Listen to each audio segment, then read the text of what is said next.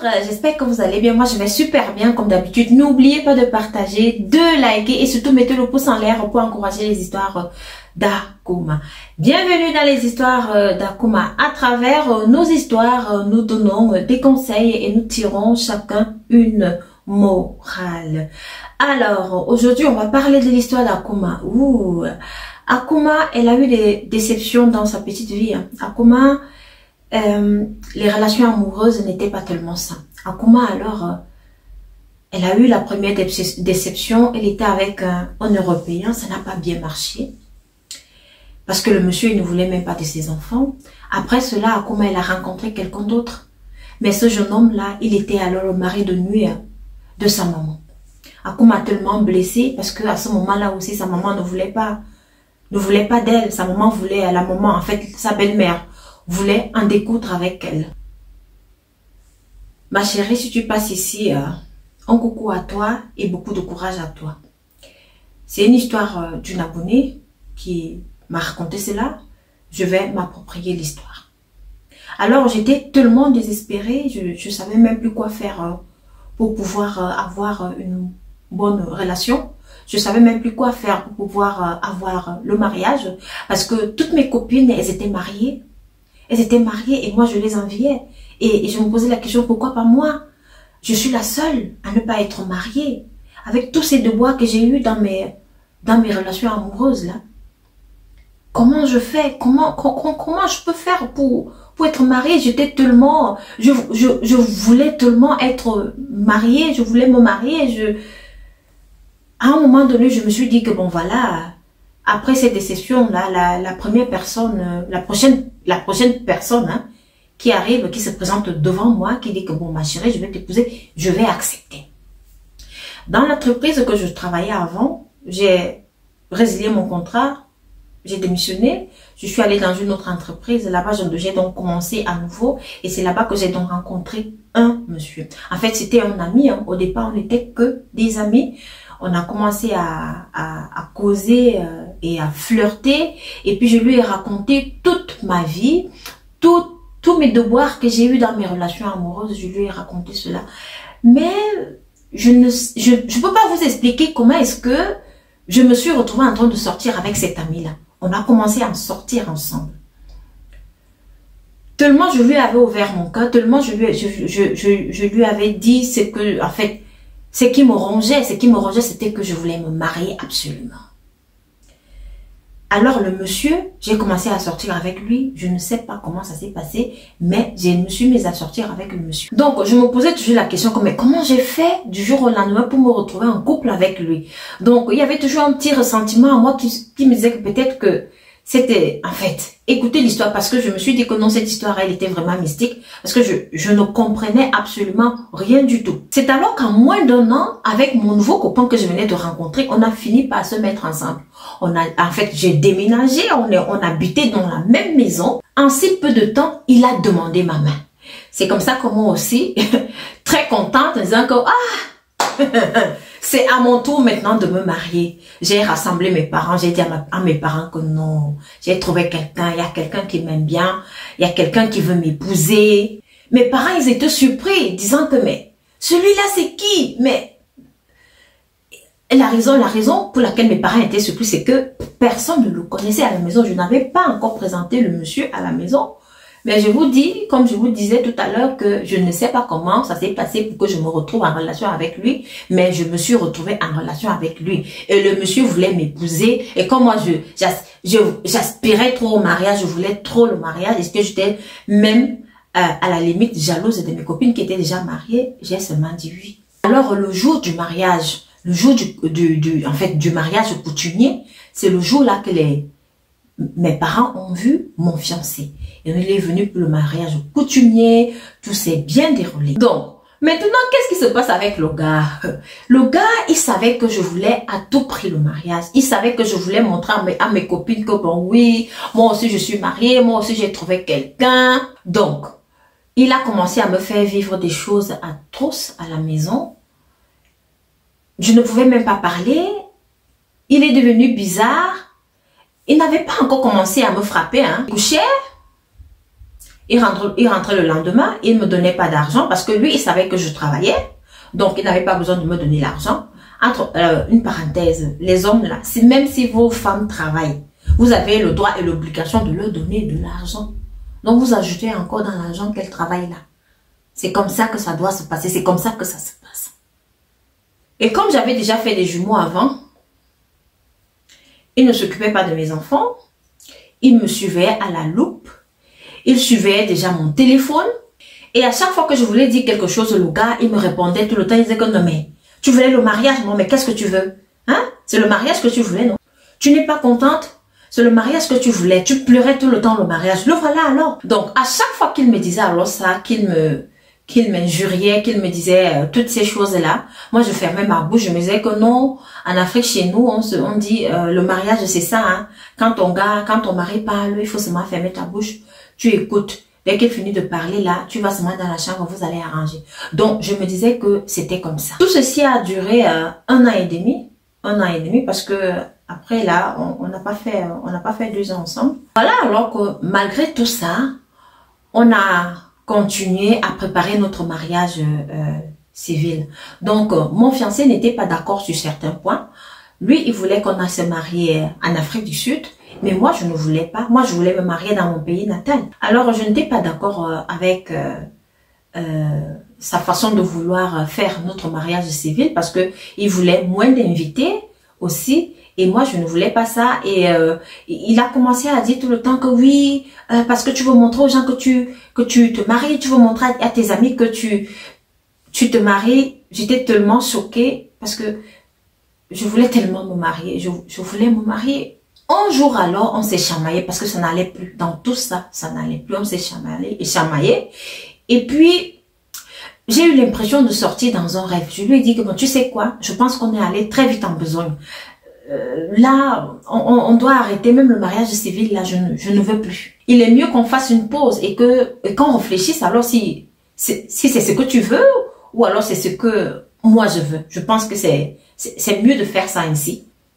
Certes, je veux me marier. À cette époque-là, je voulais tellement me marier. Je lui ai dit que non, je veux me marier. Je veux me marier, mais pas sous ces conditions-là. J'avais peur, hein, je ne pouvais pas, je ne pouvais pas parce que les bastonnades, c'était trop. Lorsque je lui ai dit ça, il m'a regardé d'une façon bizarre et je pouvais lire à travers son regard que mais il était en train de dire que mais celle-là, qu'est-ce qu'elle raconte? Est-ce qu'elle n'est pas en train de blaguer? Alors le lendemain, lorsqu'il a vu que toutes les démarches qui concernaient le mariage civil, j'avais arrêté de le faire. Il a donc commencé à s'énerver encore. De plus en plus belle. Donc, la relation là, je n'en pouvais plus. Je n'en pouvais plus. J'avais maigri. J'avais tellement de choses dans ma tête. Je réfléchissais, je ne savais même plus quoi. Il me dit, mais qu'est-ce que tu as? Qu'est-ce que tu veux? Est-ce que tu es jalouse de ta copine? Parce que j'ai ma copine qui est mariée à un Européen. Il me disait que mais tu es jalouse ou tu veux aussi te marier à un Européen comme ta copine. C'est pour ça que tu me dis ça. C'est pour ça que tu ne veux plus le mariage civil. Il a commencé à chercher, à justifier le fait que je lui dise que non. Sur ces conditions-là, moi, je peux plus me marier avec toi parce que je me sens plus en sécurité, parce que je me sens plus à l'aise, parce que on se chamaille tout le temps, parce que tu me tapes dessus et ça ne peut plus continuer comme ça. Et lui, il a commencé à chercher des excuses par-ci par-là, il a commencé à fouiner. Pourtant, c'était pas ça. Pour lui, c'était inadmissible pour quelqu'un qui cherche le mariage. Donc, tu as trouvé le mariage, tu dois seulement supporter tout ce que tu vis dans ta relation. Forcément, pour lui, donc, il y avait une raison pourquoi je lui disais que non, on arrête maintenant, je n'en peux plus. Il a donc commencé à me faire vivre un enfer. Oui, mes amis. Il a commencé à me suivre. Il a commencé à espionner mon téléphone. Tous mes faits et gestes, le gars, il était toujours derrière moi. Moi, je ne savais même plus quoi faire parce que à un moment donné, j'avais peur. Lorsqu'il rencontrait l'une de mes amies, il essayait de fouiner, il essayait de demander pourquoi, est-ce que je n'ai pas dit telle chose à mon ami, est-ce que il est arrivé chez mes parents, il a injurié ma mère en disant que non, c'est ma mère qui m'a dit d'arrêter le mariage civil et tout. Quand je décide donc de faire un break pour le mariage, je me suis rendu compte que le gars, il n'était pas si simple que ça. Parce que le gars, en fait, il était musulman. Et à chaque fois, il insistait tout le temps. Il me dit que non, il faut qu'on aille voir le griot. Parce que c'est un ami à mon père. Et parce que c'était un ami à son père. Et puis son père, lui, c'était un aladi. Et là, il a continué à me dire que non, il faut qu'on aille consulter chez l'ami de mon père qui est un grand voyant. Il faut qu'on y aille là-bas ensemble. Je trouvais ça bizarre. Mais je ne voulais pas partir. Il y avait une partie de mon corps qui me disait de ne même pas y aller, de ne même pas mettre mon pied là-bas. Je lui disais tout le temps que non, je ne suis pas musulmane. Donc, il faut pas me forcer à aller voir les gens qui ne sont pas de ma religion. Moi, je connais pas ça comme ça. Il amenait toujours les choses à la maison, les choses qu'il prenait chez son griot. Là, je ne sais pas exactement, je ne peux même pas vous expliquer ce que c'était, mais je sais qu'il ramenait toujours les choses à la maison. Et alors, je me posais toujours la question de savoir que, mais j'espère que mon fiancé là n'est pas allé faire des choses pour que j'accepte rapidement sa demande. Parce que comme je vous disais dans le départ ici que je ne sais pas comment ça s'est passé pour que je me mette à sortir avec lui. Je ne peux pas vous expliquer, je savais seulement que directement j'étais déjà dans une relation amoureuse. Je disais, mes parents, ils étaient sidérés parce que le gars, mon fiancé là, c'était l'opposé, c'était carrément l'opposé des gars avec lesquels j'étais sortie. Donc, je ne jette pas les fleurs, mais je ne passe pas quand même inaperçue parce que je sais quand même aussi que je suis une belle femme, mais pas tellement belle, mais je ne passe pas inaperçue. Donc, mes parents, ils ont regardé, ils ont dit, mais quand même, elle est sortie déjà avec un Européen. Le monsieur, il était beau. Maintenant, le deuxième là aussi, avec un Africain, un Ivoirien, il était aussi bien beau, bien mignon. Mais celui-là, c'est pas du tout le genre de Akuma. Mais mes parents, ils se sont dit que bon, voilà, comme je veux tellement le mariage et que je me suis dit que non, le premier qui arrive là, moi, je pars seulement, je me marie. Donc, mes parents, ils ont seulement accepté ma décision. Et moi, alors, c'est avec le temps que j'avais vraiment réalisé que le gars là, il m'avait enfermé dans une bouteille. Hein. Enfin, quand je dis enfermé dans une bouteille, c'est que je pense qu'il m'avait fétiché. C'est son griot, il m'a fétiché parce que je ne comprenais pas ce qui se passait.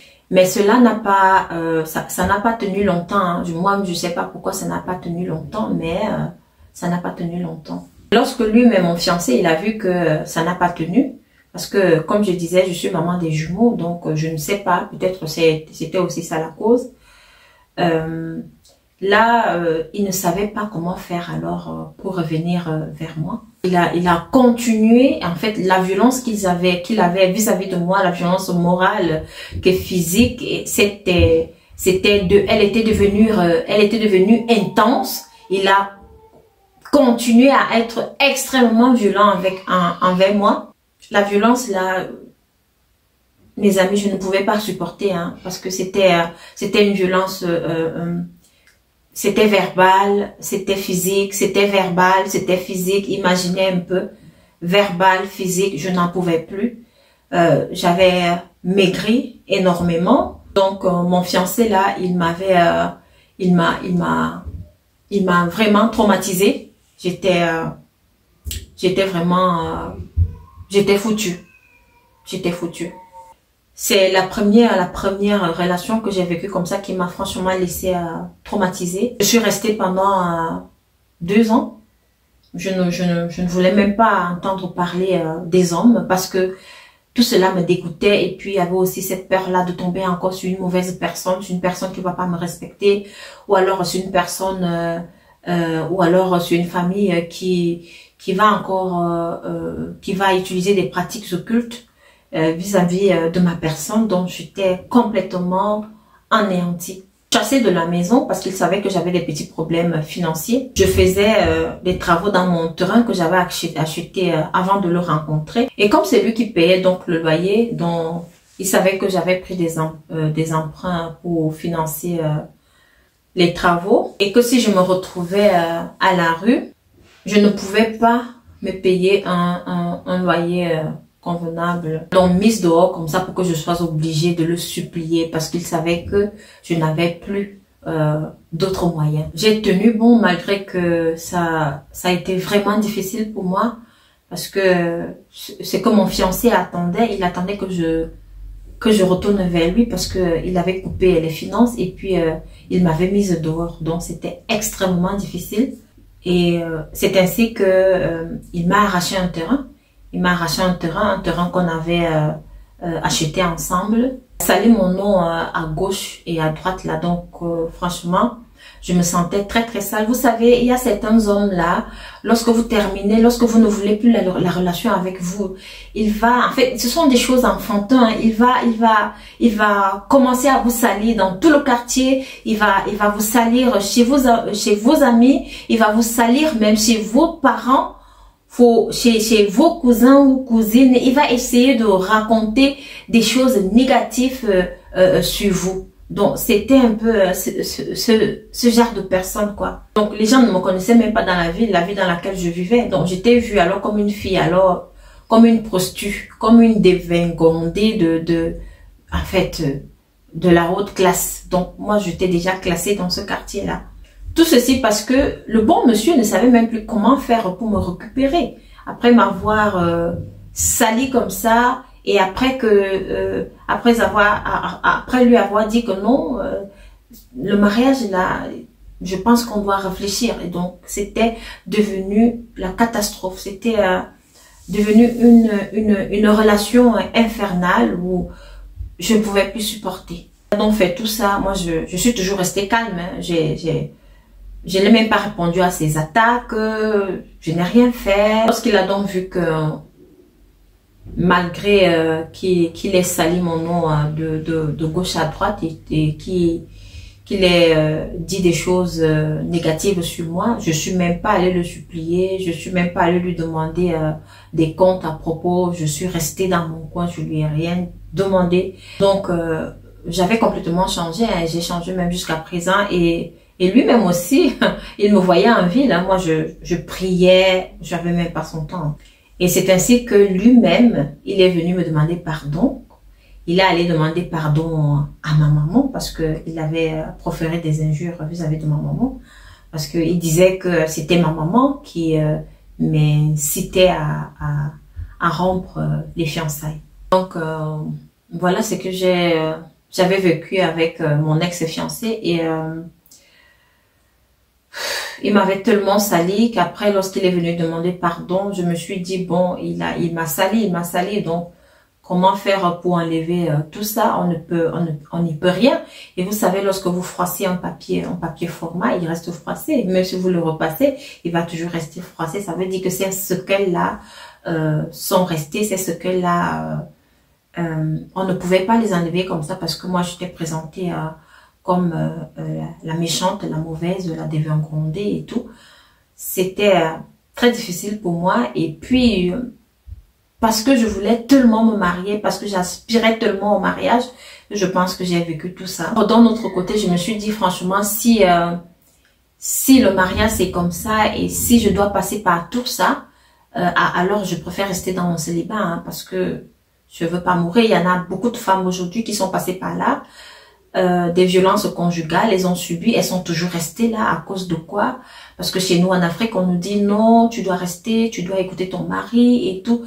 Mais à la longue, alors, il va te donner un coup qui sera fatal et tu vas tomber, tu vas partir. Tes enfants, si vous avez des enfants, ils vont rester, ils vont souffrir parce qu'ils n'auront plus leur maman. Et celle qui viendra là, vous n'êtes même pas sûr qu'elle va bien élever vos enfants, non.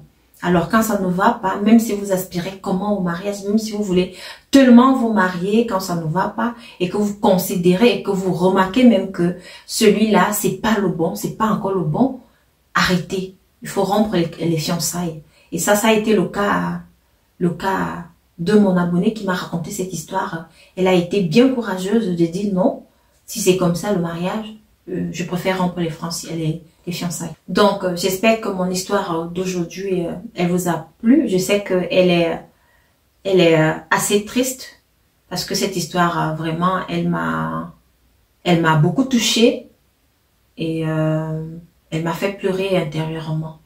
Donc, beaucoup de courage à ces femmes-là qui sont des mères célibataires et qui aspirent tellement au mariage. Non, faut pas tellement aspirer au mariage de cette façon-là parce que tu ne sais pas ou alors vous ne savez pas sur qui vous allez tomber dehors là, demain ou après-demain. Donc, très très attention. Et aussi, ce que j'aimerais dire ici, c'est de beaucoup prier, de mettre vos genoux au sol, de beaucoup prier. Lorsque lorsque vous allez trouver le bon mari, vous-même, vous n'allez même pas savoir que c'est lui le bon. Vous seriez seulement dans un bateau de bonheur. Donc, c'est comme ça que j'avoue, ça se passe.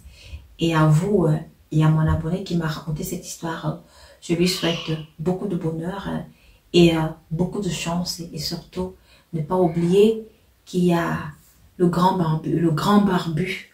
C'est comme ça que j'ai l'habitude de l'appeler, le grand Dieu. Il est là, il voit et il regarde les cœurs. Alors, si vous avez une histoire à raconter, n'oubliez surtout pas de me l'envoyer au numéro qui s'affiche ci-dessous. Et merci de m'avoir écouté. Et surtout, laissez un commentaire à mon abonné qui m'a laissé cette histoire. Merci!